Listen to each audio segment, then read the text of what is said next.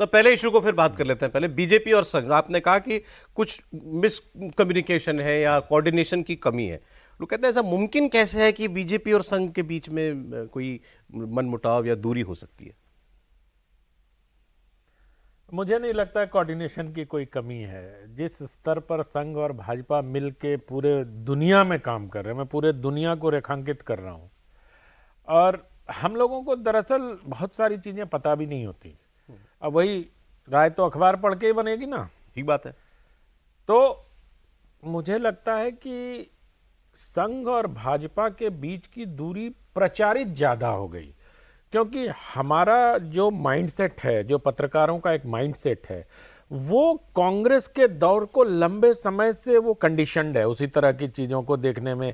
जैसे आप कभी भी याद करो, मंत्रिमंडल का क्या होता है, इसके कपड़े सिलने लगे, उसको फ़ोन आ गया, यही सब तो चलता है मीडिया में। और ये कब का है? ये कांग्रेस के समय जिस प्रकार की कंडीशनिंग हुई, जब न्यूज़ रूम में बैठ के फ़ोन पर मंत्री बना करते थे, उस दौर की बात थी। तो अब उससे विपरीत हो गई स्थितियां। किसी को हवा भी नहीं लगता जब तक वो ऊपर कुर्सी पे नहीं बैठ जाता राष्ट्रपति भवन में। तो मैं ये मुझे या मोदी जी की क्लास में आजकल वो, हाँ, वो क्लास जब 7 RCR पे बुला के और वो अपना वो सबको, हाँ। तो मुझे जो लगता है, ये प्रदीप जी ने बिल्कुल ठीक कहा कि पलक्कड़ में इस पे कोई जांच नहीं। देखिए, कल जो चर्चा हुई होगी, जो इस तरह की समन्वय बैठक जिसमें संघ और उसके 32 समविचारी संगठन भाग ले रहे हैं, है ना। अब अनुषांगिक कहना संघ ने बंद कर दिया उसको। अच्छा जी, अब वो समविचारी संगठन है। तो पहले दिन तो कुछ नहीं हुआ होगा। पहले दिन तो जो लोग आने वाले होंगे, कुछ लोग पहुंचे होंगे, काउंटर पे पहुंचे होंगे, प्रवेशिका भरी होगी, उसके बाद उनको कक्ष निर्धारण हुआ होगा और वहां गए होंगे, फिर बैठक शुरू हुई होगी। बैठक में सभी संगठन के लोगों ने अपने अपने संगठनों की रिपोर्ट प्रस्तुत की होगी। पहले दिन इतना ही हुआ होगा सौरभ जी। जो कि फॉर्मेट है इस तरह की समन्वय बैठक का, कि मान लो अगर केरल में सेवा भारती ने क्या काम किया, तो सेवा भारती के लोग आपदा के समय में क्या क्या काम कर रहे थे वो उन्होंने अपने, अब जिसको प्रतिवेदन प्रस्तुति आप कह सकते हो, कॉर्पोरेट की भाषा में कहो तो अपना बैलेंस शीट आपने वहां रखा।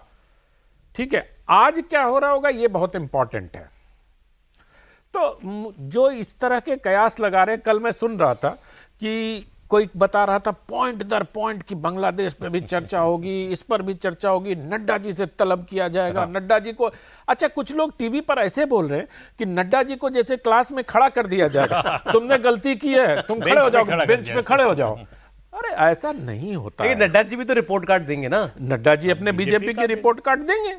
नड्डा जी बीजेपी के अध्यक्ष हैं। तो 2024 के इलेक्शन का रिपोर्ट की बात भी आएगी। नड्डा जी और BL संतोष जी जो संगठन महामंत्री हैं, हो सकता है संगठन महामंत्री रिपोर्ट दे रहा हूं, बिल्कुल उनकी नाम वही शायद वही दे रहे हैं, ऐसा कहा जा रहा है। मैं वही कह रहा हूं। लेकिन अब कल एक अंतर्राष्ट्रीय पत्रिका इकोनॉमिस्ट, कल उसने भी एक लेख छापा है इस पर।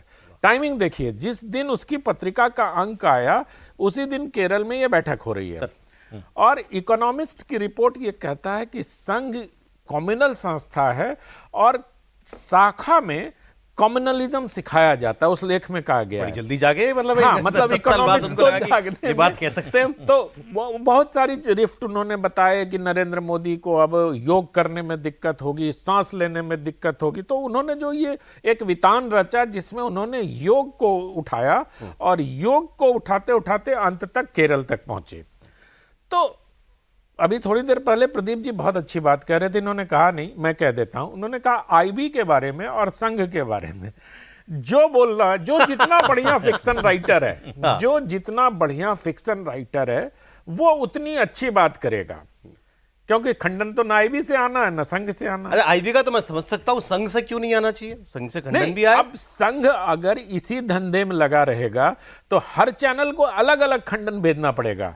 किसी चैनल पे या किसी समाचार पत्र में कह रहा है कि कश्मीर पे चर्चा हुई, किसी में कह रहा है चुनाव पे चर्चा हुई, किसी में कुछ करेगा। तो या तो कहते हैं कि जो चर्चाएं चल रही है सब बेकार है। चलिए, हम इतनी बात तो हो गई ना, सब लोग अपना, जितने संगठन है अपना रिपोर्ट कार्ड देंगे। बिल्कुल, सरसंघ चालक जी को, वहां नड्डा जी भी होंगे, सरसंघ चालक सबको मान लें, सबके सामने। और नड्डा जी भी नहीं, बीजेपी की तरफ से नड्डा जी, बीजेपी की तरफ से संतोष जी जो भी थे, हम इसी पर बात करें। कितना सुंदर हमने नाम दिया है, आपने देखा ही नहीं। मोदी के मोहन, मोदी और मोहन। अच्छा, और मोहन, ओके। मोदी और मोहन, नरेंद्र मोदी। बहुत अच्छा नाम दिया है आपने, क्योंकि दोनों की उम्र में भी सिर्फ 7 दिन का अंतर है।